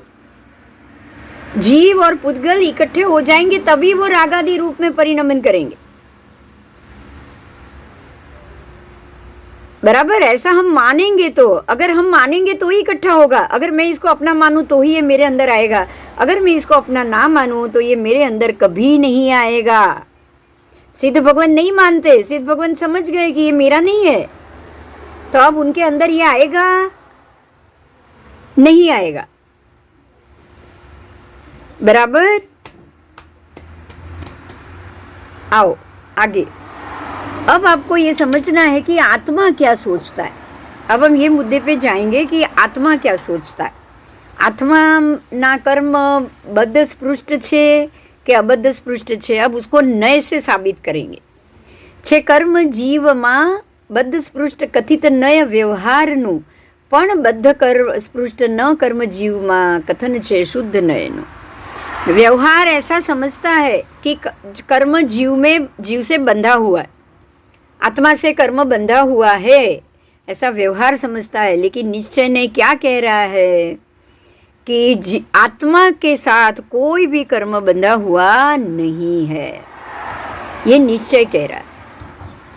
कम्मम बद्धम जीवे एवं तू जान नय पक्खम पक्खादि कंतो पुनः भणदी सो जो सो समय सारो। यही समय सार क्या है? तो कि कर्म बद्ध निबद्धम,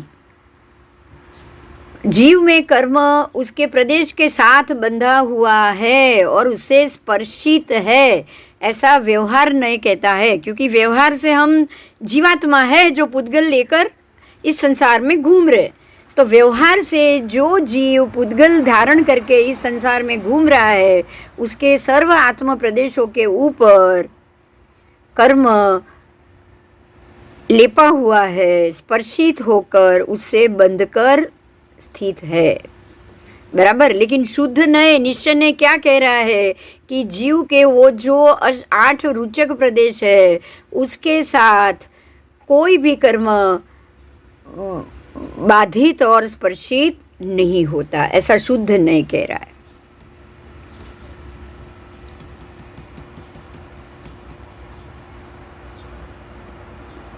तो जीव में कर्म बद्ध छे, ये व्यवहार कहता है। जीव कर्म से अबद्ध है, ऐसा निश्चय कहता है। ये दोनों नई की बात।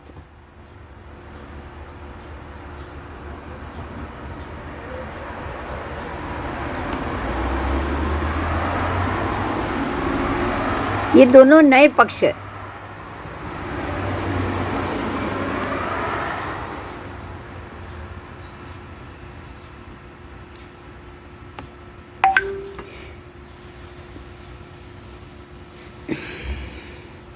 जीव कर्म से बंधे हुए हो, ऐसा एक नय का पक्ष है, और जीव कर्म से बंधित नहीं है, ऐसे दूसरे नय का पक्ष है।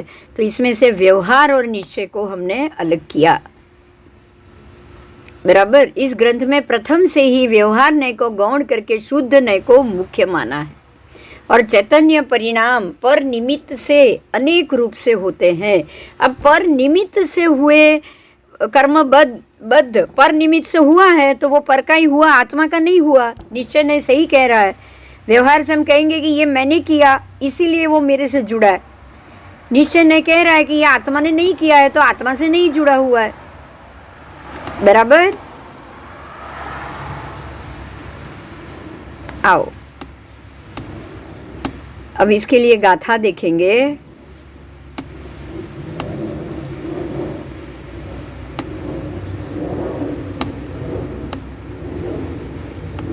जो जीव संसार से जुड़ा हुआ संसारी जीव है, उसी के साथ कर्म लगे हुए हैं या वो कर्म से निबद्ध है, वो व्यवहार नहीं।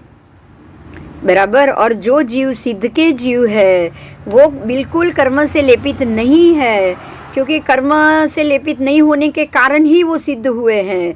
और वो शुद्ध स्वरूप सिद्धात्मा ही निश्चय नय है। बराबर। तो ऐसे ही जीवात्मा के दो स्वरूप हो गए तो नए भी दो हो गए। अब इसके बाद की जो गाथा है, तीन गाथा 143, 44, 45 तीन करेंगे हम बस। दोढ़म वी नयाण भणिदम जान दीण वरम तु समय परिबद्धो न तु नय पक्षम गिणहदी किंची वी नय पक्ष परिहीणो द्वयोरपि नययोर भणितम जानाति केवलम तु समय प्रतिबद्ध न तु नय पक्षम गृह्याति किश्चिदपि नय पक्ष परिहीन। आओ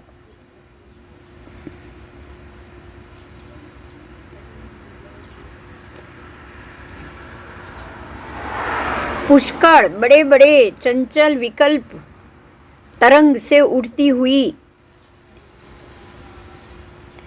समस्त इंद्रजाल को जो स्फुरण मात्र में तत्क्षण अगर उड़ा दे, ऐसा चिन्ह मात्र तेज पुंज चैतन्य आत्मा होता है। ध्यान से सुनिएगा, ये नए पक्ष कह रहा है, ये नए कह रहा है। आत्मा कैसा है ये गाथा में ये बताया हुआ है। अति विकल्प की जितनी जितनी जाड़ उठी हुई है, ऐसे बड़ी बड़ी जालों को क्षण भर में अंदर से बाहर ऐसा समता रस से, अंदर से भी बाहर से भी प्रशम रस के कारण, प्रशम रस जिनका स्वभाव है, ऐसा अनुभूति मात्र एकमात्र अपने भाव को, अब एकमात्र अपने स्वयं के भाव को, स्वयं के स्वरूप को जो प्राप्त करता है वो है शुद्धात्मा।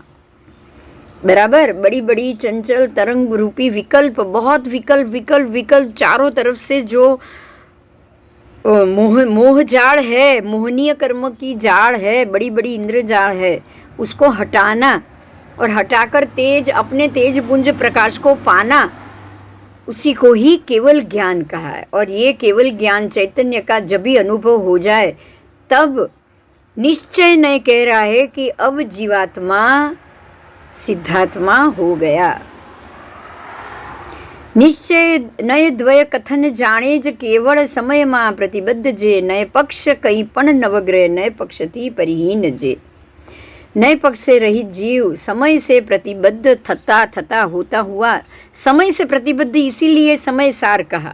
समय से प्रतिबद्ध होना यानी कि स्व आत्मा से प्रतिबद्ध होना, चित स्वरूप को पाना, उसका अनुभव होना,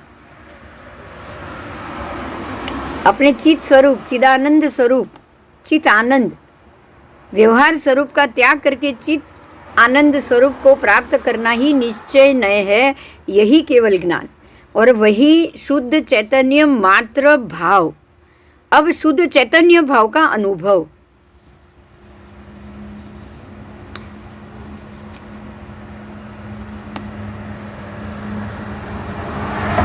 आओ समदंसनम ऐसो लहदी तिम नवरी ववदेश, ये व्यवहार है।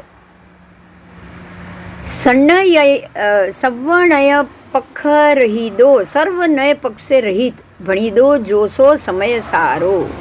સમ્યક દર્શન જ્ઞાનમ એશ લભત ઇતિ કેવલમ વ્યપદેશમ, સર્વનય પક્ષ રહિતો ભણીતો यह समयसार. समयसार એ શું છે?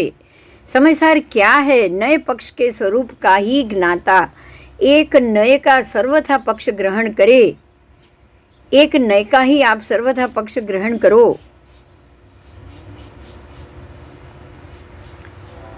तो चारित्र मोह का राग नहीं रहता, मिथ्यात्व का राग नहीं रहता. मात्र एक नय यानी निश्चय नय का अगर आप ग्रहण करो, निश्चय नय यानी मात्र शुद्ध आत्म स्वरूप, चित्त स्वभाव पुंज, प्रकाश का पुंज के द्वारा ही खुद के अपने उत्पाद व्यय द्रव्य किया जाता है. ऐसा परमार्थ स्वरूप होने से वो एक है. ऐसा अपार समय सार ने हूँ समस्त બંધ પદ્ધતિ દૂર કરીને કર્મના ઉદયથી થતા સર્વ ભાવોને છોડીને અનુભવું છું. यदि आप ऐसे समय सार को आप खुद आत्मा खुद अनुभव करे, कैसा समय सार?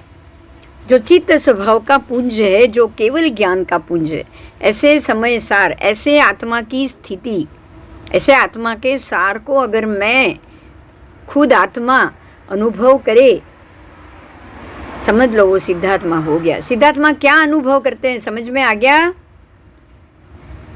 निर्विकल्पपणा अनुभव करता है. कोई विकल्प नहीं है. अभी केवल ज्ञान आदि गुणों का पार नहीं है. यहाँ पे यहाँ केवल ज्ञान आदि सर्व गुण मौजूद है.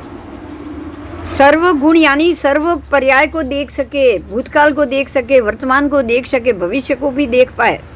ऐसे समय सार रूपी परमात्मा तत्व का ही अनुभव होता है. बराबर वो परमात्मा के अनुभव में वर्तित है. ये आत्मा परमात्मा के अनुभव में वर्तित है. वो मैं ऐसा अनुभव कर रहा हूं, ऐसा भी विकल्प नहीं है. वहां मैं कौन है ही नहीं कुछ. मैं तब आएगा जब मैं शरीरधारी बनूंगा. यहां मैं आता ही नहीं है. पक्ष अतिक्रांत ही समय सार. अब यहाँ कोई है ही नहीं. मात्र समय, मात्र समय ऐसा नियम से कहा गया होने से ये निश्चय नय है. ये निश्चय नय है. सम्यकत्व તેમજ જ્ઞાનની તે જે એકને સંજ્ઞા મળે. सम्यकत्व અને જ્ઞાન दोनों की जब एक को संज्ञा मिल जाए, नए पक्ष सकल रहित भाख्यो ते समयनो सार छे. यही समय का सार है. समय का सार यानी आत्मा का सार. ये आपने आत्मसार पा लिया. आपने परमात्मा तत्व का सार आत्मा ने पा लिया. बराबर. अब ये सर्वनय से रहित हो गया है.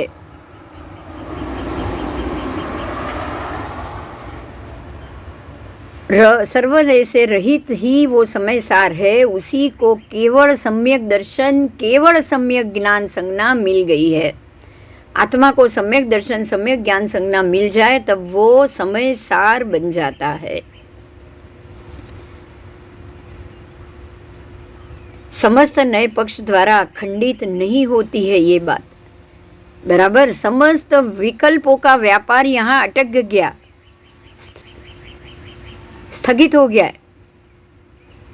ખરેખર આ એકને જ કેવળ સમ્યક દર્શન, કેવળ સમ્યક જ્ઞાનનું નામ મળ્યું. બરાબર. અને એ જ સમયસાર છે. मतलब सम्यक दर्शन, सम्यक ज्ञान समयसारથી अलग नहीं है, एक ही है. श्रुत ज्ञान के अवलंबन से ज्ञान स्वभाव आत्माનો નિશ્ચય કર્યો. શું કર્યું અહીંયા? શ્રુત જ્ઞાનનું અવલંબન લીધું. શ્રુત જ્ઞાનનું અવલંબન લીધું. અને કયું લીધું તમે? શ્રુત જ્ઞાનનું અવલંબન શું લીધું? કે હું જ શુદ્ધાત્મા છું. મને બાકીના કોઈ વિકલ્પ સાથે કોઈ લેવા દેવા નથી, કોઈ સંબંધ નથી. તો તમે શ્રુત જ્ઞાનનું અવલંબન લીધું, તમે શુદ્ધાત્માનું અવલંબન લીધું. અને આત્માનો એક આત્મ સ્વભાવ, જ્ઞાન સ્વભાવને આત્મામાં નિશ્ચય કર્યો કે જ્ઞાન સ્વભાવ એ જ હું, એ જ મારો આત્મા. અને આત્મામાં જ્ઞાનને પ્રકટ કર્યો, પર પદાर्थમાંથી બહાર આવી गया। बराबर। पर पदार्थ की प्रसिद्धि के कारण से जो इंद्रिय तथा मन के द्वारा प्रवर्तित बुद्धि थी, पर पदार्थ के कारण, शरीर के कारण जो मन, इंद्रिय और बुद्धि, मन, इंद्रिय और बुद्धि जो थी, वो सबको मर्यादा में ला दिया। मर्यादा में ला दिया मतलब उस सबको उपयोग से बाहर कर दिया। और मति ज्ञान तत्व, जो मति ज्ञान था, वो जो ज्ञान था, वो इंद्रिय और बुद्धि से जो ज्ञान प्राप्त था, आपको वो मेरी ये इंद्रिय और बुद्धि और मन के कारण ही ये सारी पुद्गलमय काया को छोड़ना है, पुद्गल अस्थि काया को छोड़ना है, ये 14 राजलोक संसार को छोड़ना है, ऐसी बुद्धि हुई, ऐसे भाव हुए। बराबर। और आपने सारी बुद्धि को, सारे 14 राजलोक को एक मर्यादा में ला दिया। और मति ज्ञान, ऐसे जो बुद्धि हुई थी, ऐसा जो तत्व जागा, उस तत्व को आत्मसन्मुख किया। बराबर कि ये 14 राजलोक असार है उसको छोड़ो और जो समय सार है उसको पकड़ो। देखो यहाँ 2 चीज हुई, 14 राजलोक असार और समय सार। 14 राजलोक असार होगा तो कुछ तो सार होगा, तो समय यानी सिद्ध भगवंत है, सिद्धात्मा है, वही सार है। ऐसा मति ज्ञान तत्व हुआ, उस तत्व का मैंने आलंबन लिया, मेरे आत्मा ने आलंबन लिया और मैंने मेरे आत्मा के सन्मुख उसको प्रकट किया। प्रकट नहीं किया, मैंने उसमें अपना उपयोग लिया। देखो आप अपना उपयोग कहाँ लेके जाओगे, समझ में आ रहा है?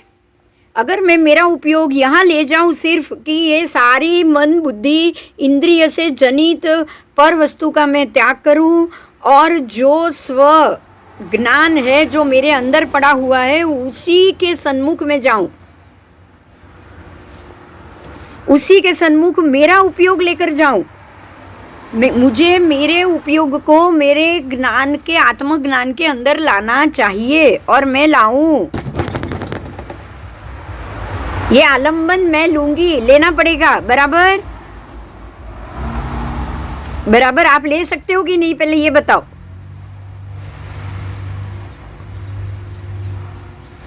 ले सकते हो ना?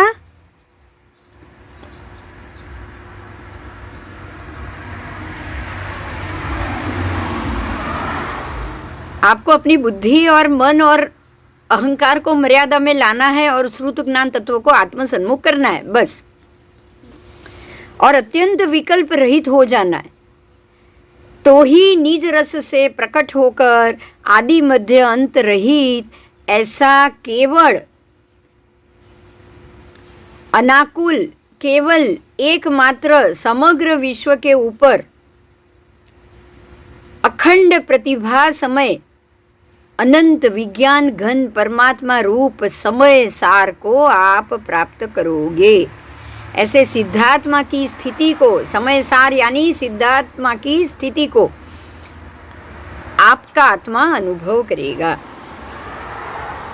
और उसी के अंदर आपके आत्मा की श्रद्धा सम्यक रूप में होगी, तब समय सारज सम्यक दर्शन और सम्यक ज्ञान प्राप्त करेगा। बराबर। तो इस प्रकार से सम्यक दर्शन और सम्यक ज्ञान प्राप्त होता है।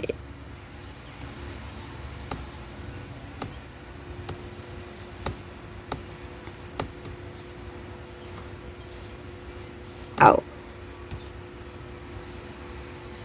ये दूसरा अंक समाप्त हुआ। आत्मख्याति नाम की टीका में कर्ता कर्म प्ररूपक दूसरा अंक समाप्त हुआ। अब तीसरा अंक होगा पुण्य पाप अधिकार। बराबर। ये हम कल से शुरू करेंगे, पुण्य पाप अधिकार। ठीक है। तो 144 गाथा हुई, 145वीं गाथा हम कल करें। तो ये आपका केवल ज्ञान आत्मा समय सार कैसे बनेगा, कब बनेगा, कैसे प्राप्त होगा, आपने अभी ये जाना। બરાબર. બોલો, કોઈ પ્રશ્ન છે? હા,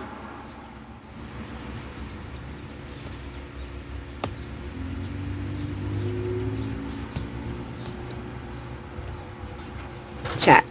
જય જિનેન્દ્ર.